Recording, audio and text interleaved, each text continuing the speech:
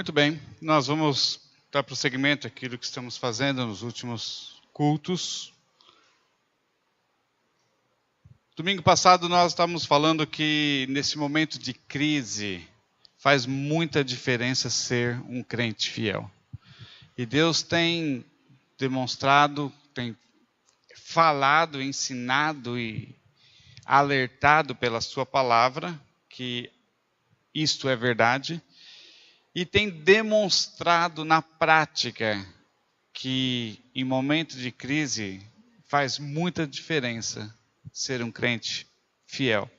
A Ivani acabou de dar um testemunho daquilo que aconteceu com o carro da Elaine, porque ela tem sido crente fiel.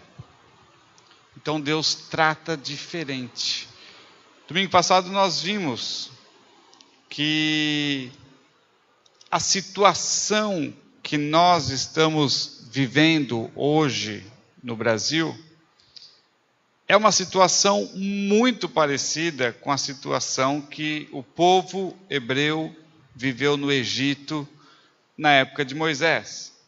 Uma crise muito grande, especialmente em 3 áreas. É muito mais do que isso, mas resumindo, 3 áreas bem abrangentes: na área moral, na área espiritual e na área financeira. Então, essas 3 áreas na vida de qualquer nação, na vida de qualquer pessoa, engloba tudo: a questão moral, a questão espiritual e a questão financeira.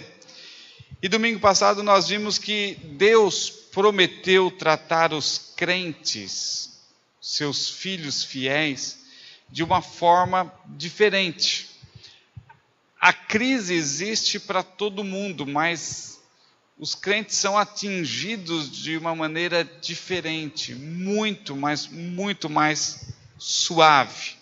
E nós lemos domingo passado Malaquias, capítulo 3, versículo 17 e 18, que diz assim: no dia em que eu agir, diz o Senhor dos Exércitos, eles serão o meu tesouro pessoal, e eu terei compaixão deles como um pai tem compaixão do seu filho que lhe obedece.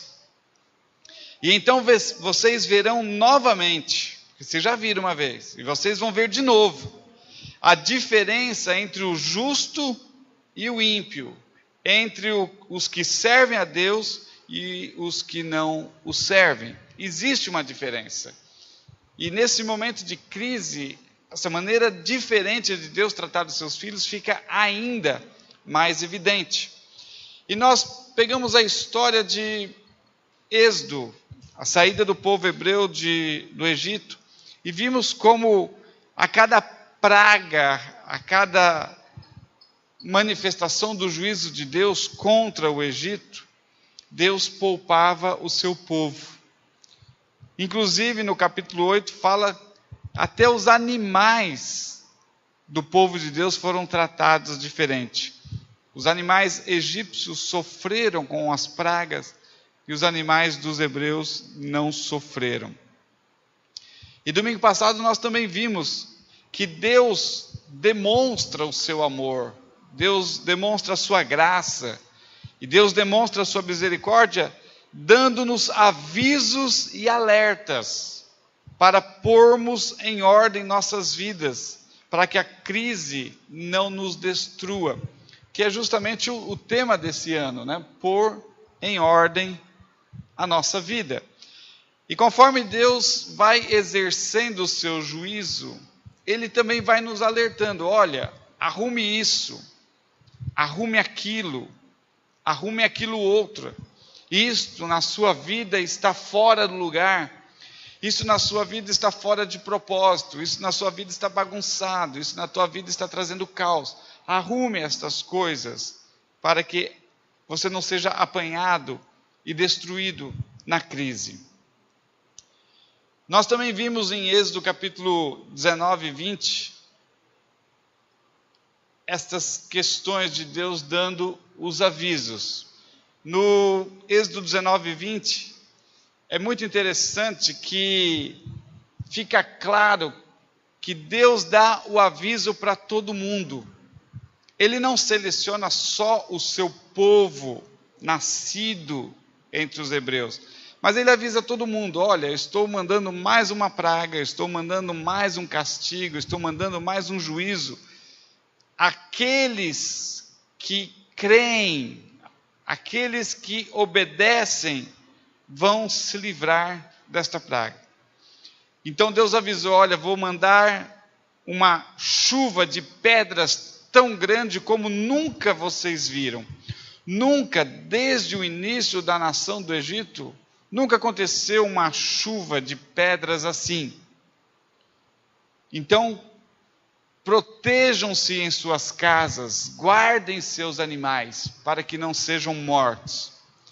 Interessante que no capítulo 9, versículo 20, diz assim: os conselheiros do faraó que temiam a palavra do Senhor, que já aprenderam a temer a palavra de Deus, mesmo sendo egípcios, mesmo não sendo hebreus, não sendo do povo de Deus, Deus, por causa do seu amor, por causa da sua graça, por causa da sua misericórdia, avisou todo mundo.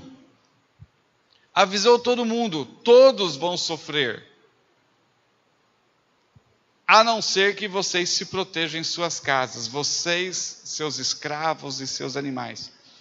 E então os conselheiros de Faraó, aqueles que aprenderam a temer a Deus, recolheram aos abrigos os seus rebanhos e os seus escravos, e assim salvaram suas vidas. Êxodo capítulo 9, versículo 20 e 21. E o 21 diz: aqueles que não se importaram, aqueles que duvidaram, aqueles que não creram, perderam a vida, perderam seus escravos, perderam seus animais. É muito interessante observar que Deus tem amor demais, graça demais, misericórdia demais, e Ele quer que todos sejam salvos. Deus não tem prazer no sofrimento, Deus não tem prazer em nos ver padecer. Então, Ele vai nos avisando, Ele vai nos alertando, Ele vai nos dizendo: olha, corrige isso, arrume aquilo, põe em ordem aquilo outro. Eu não quero que você sofra, eu não quero que você pene, eu não quero que a desgraça venha sobre você, venha sobre sua família, sua cidade, seu país. Eu não tenho prazer nisso. Eu tenho prazer em vê-los crescer, eu tenho prazer em vê-los prosperar, eu tenho prazer em vê-los felizes. Então, creiam no que eu estou dizendo e obedeçam o que eu estou mandando. É interessante observar que nesse caso, mesmo aqueles que não eram povo de Deus, eram os egípcios, mas eles aprenderam a crer, e aprenderam a temer, aprenderam a obedecer, e a desgraça não veio sobre eles. E nós precisamos da mesma coisa. Só o fato de você ser filho de crente, ou você frequentar a igreja, ou você estar por aqui, isso não isenta você. O que livra é crer e obedecer, crer e observar tudo aquilo que Jesus ordenar. Então, fica claro que em momentos de crise como nós estamos vivendo, faz muita diferença ser crente. E nós íamos dar continuidade, mas o tempo não nos permitiu domingo, então nós vamos terminar hoje. Para pôr em ordem nossa vida, pensando nestas coisas, precisamos observar o Salmo 91. Vamos ler lá? Mensagem número 6, vamos lá? O tema da mensagem que... Vamos juntos? Põe em ordem a tua vida com o Salmo 91. Põe em ordem a tua vida com o Salmo 91. É bastante interessante as orientações que nós temos ali.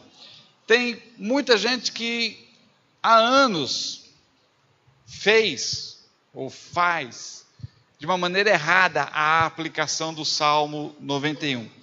Tem pessoas que guardam uma superstição em que acreditam que o simples fato de ter uma Bíblia aberta na sala da sua casa, no seu escritório, no lugar do seu trabalho, uma Bíblia aberta no Salmo 91, você está protegido de todo tipo de mal.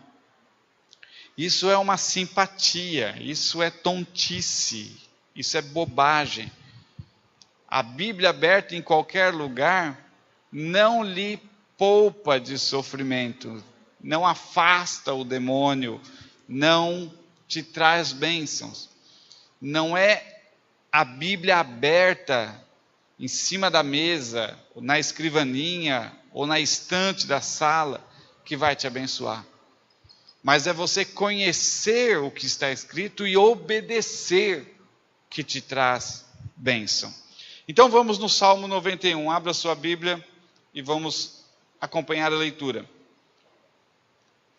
Aquele que habita no abrigo do Altíssimo e descansa à sombra do Todo-Poderoso, pode dizer ao Senhor: Tu és o meu refúgio e a minha fortaleza, o meu Deus em quem confio. Vamos parar por aí um instante. O versículo 1 diz assim: aquele que habita no abrigo do Altíssimo. Vamos parar nesse verbo habitar.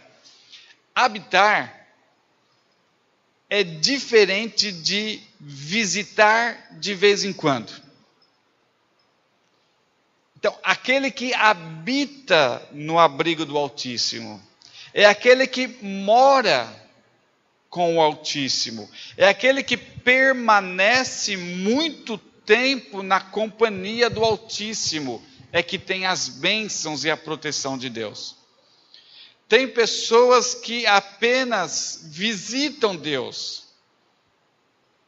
Alguns crentes visitam Deus, lembram de Deus na quarta-feira, lá pelas 6 horas da tarde, mais ou menos, aí lembram, culto, igreja, Bíblia. E aí corre para tomar um banho e procurar a Bíblia, que nem lembra onde deixou a Bíblia.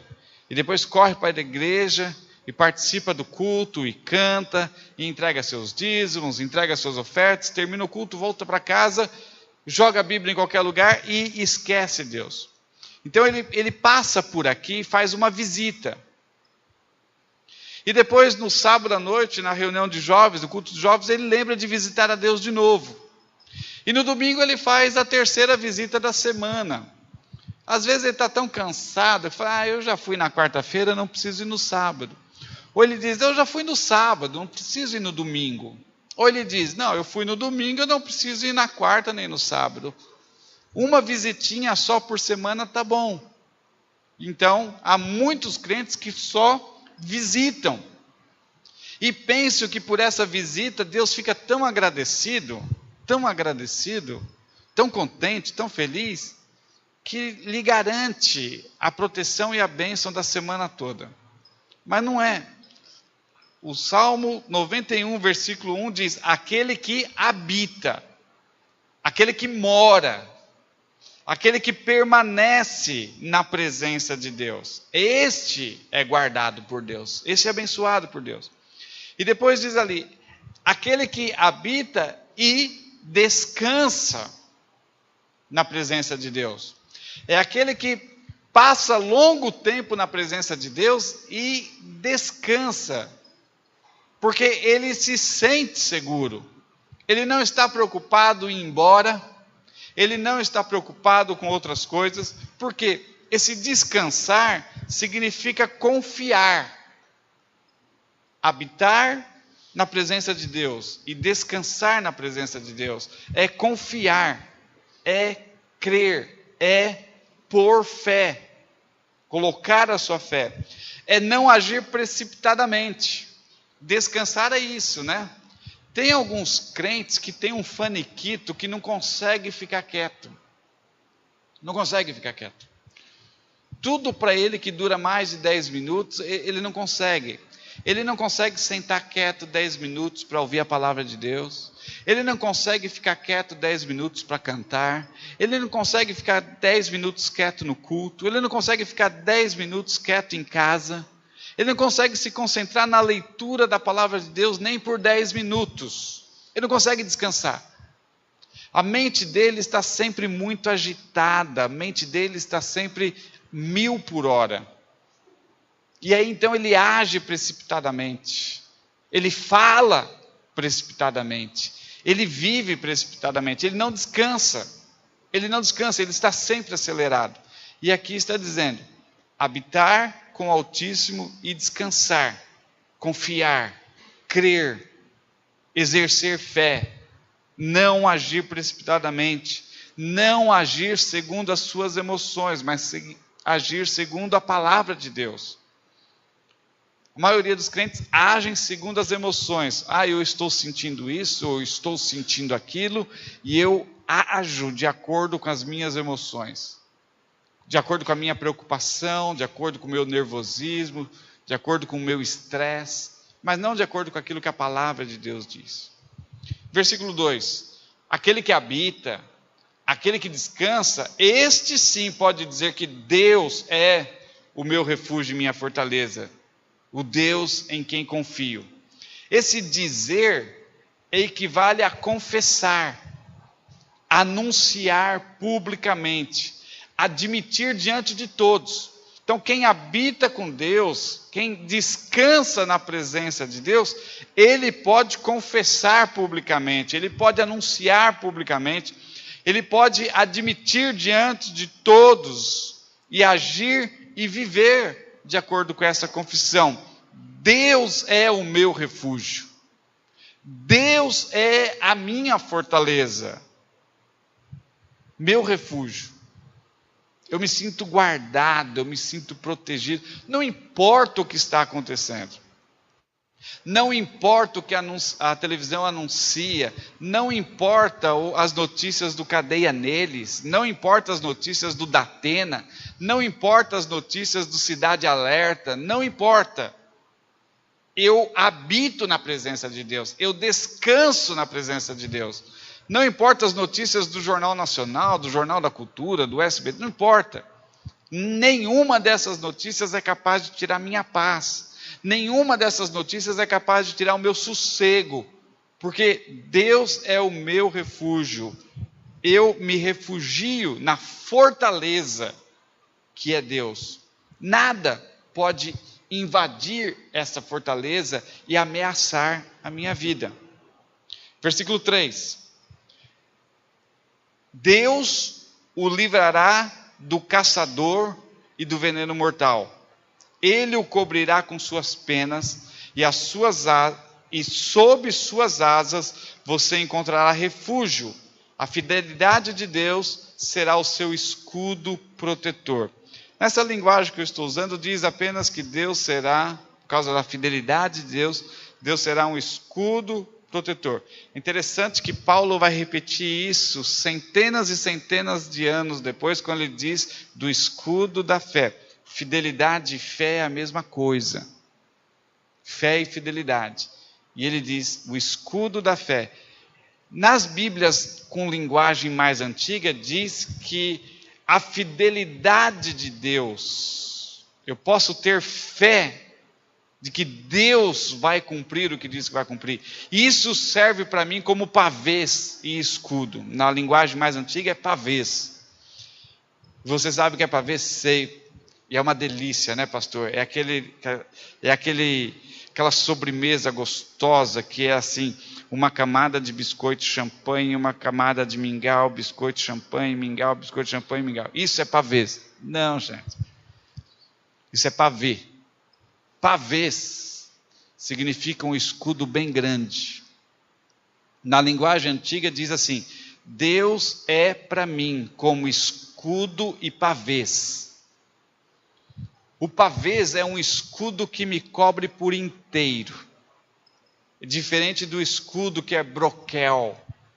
Existiam 3 tipos de escudo naquela época. O pavês, um escudo que me cobre do queixo até o tornozelo. É uma carapaça, igual uma tartaruga. Estou protegido do queixo até o tornozelo. É o pavês. Tem o escudo que me cobre o peito. E tem o broquel, que é para proteger o meu braço contra a espada. Então tem pavês, o escudo e o broquel que eu uso aqui. E Deus te protege para grandes ameaças, para ameaças médias e pequenas ameaças. Qualquer coisa que vier contra ti. Versículo 5. Você não temerá o pavor da noite, nem flecha que voe de dia, nem a tempestade que se move sorrateira, a peste que se move sorrateira nas trevas, nem a praga que devasta ao meio-dia. Então não importa se o perigo vem à noite sorrateiramente, ou se vem descaradamente ao meio-dia, não importa. 1000 poderão cair ao seu lado. Esse 1000 aqui não tem nada a ver com o pastor Ademir, tá? É 1000 de número de pessoas, tá?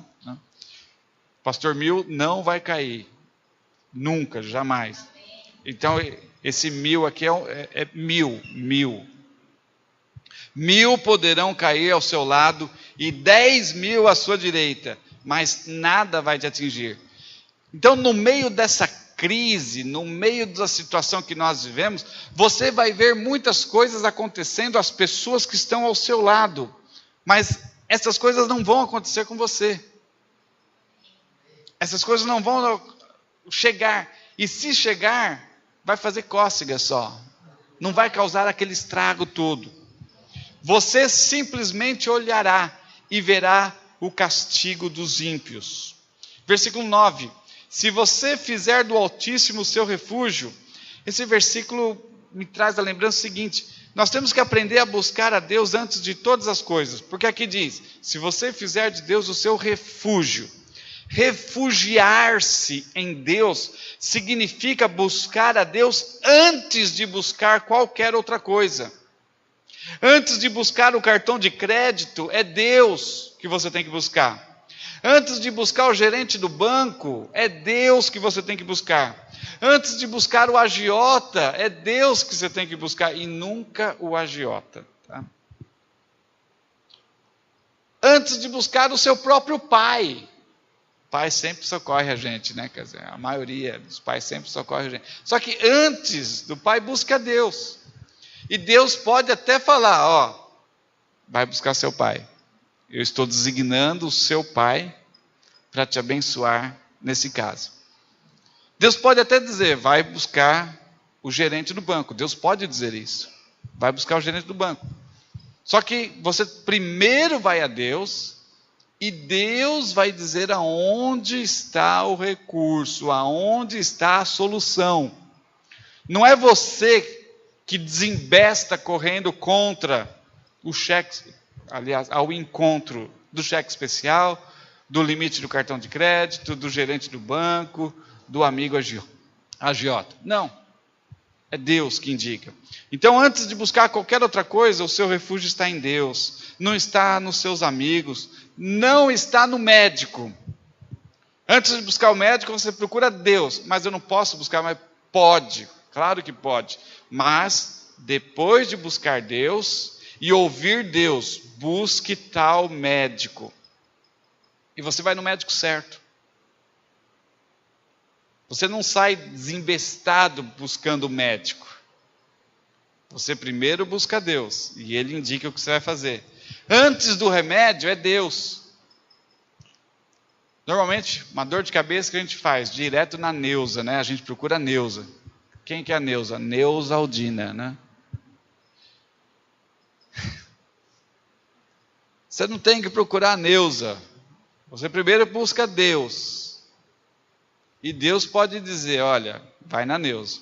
Ou não. Oi? Neusa Etioca. Isso mesmo, pode ser a Neusa Etioca. Né? Então, busca Deus primeiro. Antes de tomar um comprimido, é Deus primeiro. Antes de tomar as gotinhas do Zeca, é Deus primeiro. Tá? Antes do tratamento, é Deus. Antes da polícia, é Deus. Teve um irmão esses dias que foi assaltado, quarta-feira passada, retrasada, quase na hora do culto. E ele quase desembestou atrás da polícia. Eu tenho que fazer o boletim de ocorrência. Aí nós catamos eles pelo braço. Falei, mas por quê?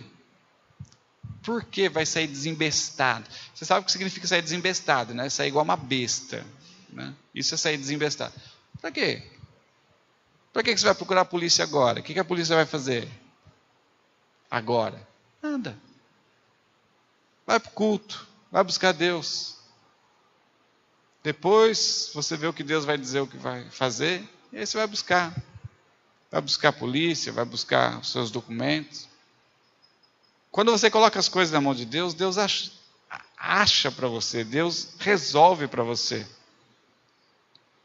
Quando a Elaine, o carro dela foi roubado, a primeira coisa foi buscar Deus, a tranquilidade de Deus. Porque quando aconteceu aquilo, quando acontece uma coisa dessa, Satanás está pouco ligando para os nossos bens materiais. Ele não quer roubar carro, ele não quer roubar celular. O que ele quer roubar é nossa paz e a nossa comunhão com Deus. E muitas vezes ele consegue. Roubar o carro ou roubar o celular é uma maneira de roubar a nossa paz. É uma maneira de roubar a nossa confiança em Deus. E quando você larga tudo para ir atrás do celular, atrás do carro, Satanás conseguiu o intento dele, que é tirar você do foco de Deus. Mas quando você coloca o foco em Deus, Deus arranja as coisas para você. A Ivani acabou de contar a história. O carro foi achado. A chave do carro estava lá. A única coisa que tiraram foi a placa. O carro já está de volta, está passando por revisão. Amanhã já está nas mãos dela. Demorou? Não. Se tivesse demorado mais um mês, era pouco. Demorou um mês e pouco, né? Mas podia não achar nunca. Mas ela primeiro buscou Deus. Busca primeiro Deus. Então, refugiar-se, versículo 9, é buscar a Deus em primeiro lugar. Interessante que a palavra refúgio, machassé, significa proteção contra perigos naturais e perigos humanos também. Perigos naturais é aquela enchente, aquele terremoto, aquele vulcão, né? E perigos humanos é aquele ladrão, safado, sem vergonha. Mas Deus é refúgio para qualquer tipo de perigo. Versículo 10. Nenhum mal o atingirá, desgraça alguma chegará à sua tenda. Porque a seus anjos ele dará ordens a seu respeito, para que o protejam em todos os seus caminhos. Com as mãos ele o segurarão, para que você não tropece em alguma pedra. Você pisará o leão e a cobra, pisoteará o leão e a serpente. Interessante que esse pisar o leão e a cobra não é para você sair aí no meio do mato caçando onça, não. Você vai ver só que a onça te picar. A onça pica, faz você empicadinho. Você conhece essa piada? Vou contar. O menino sai correndo em direção do pai e diz: pai, pai, pai, a onça picou a mãe. Aí o pai falou: filho, a onça não pica. Pica sim, pai, ela pegou a mãe e fez em picadinho. Corta esse pedaço, tá? A onça pica. Então não é só porque aqui está escrito pisará o leão e a cobra, pisoteará o leão forte e a serpente, não é para você sair abraçando onça por aí não e pegando cobra. Esse leão aqui é aquele leão de 1 Pedro. Sabe aquele leão que ruge, buscando a quem possa tragar? São as forças do capeta, do mal.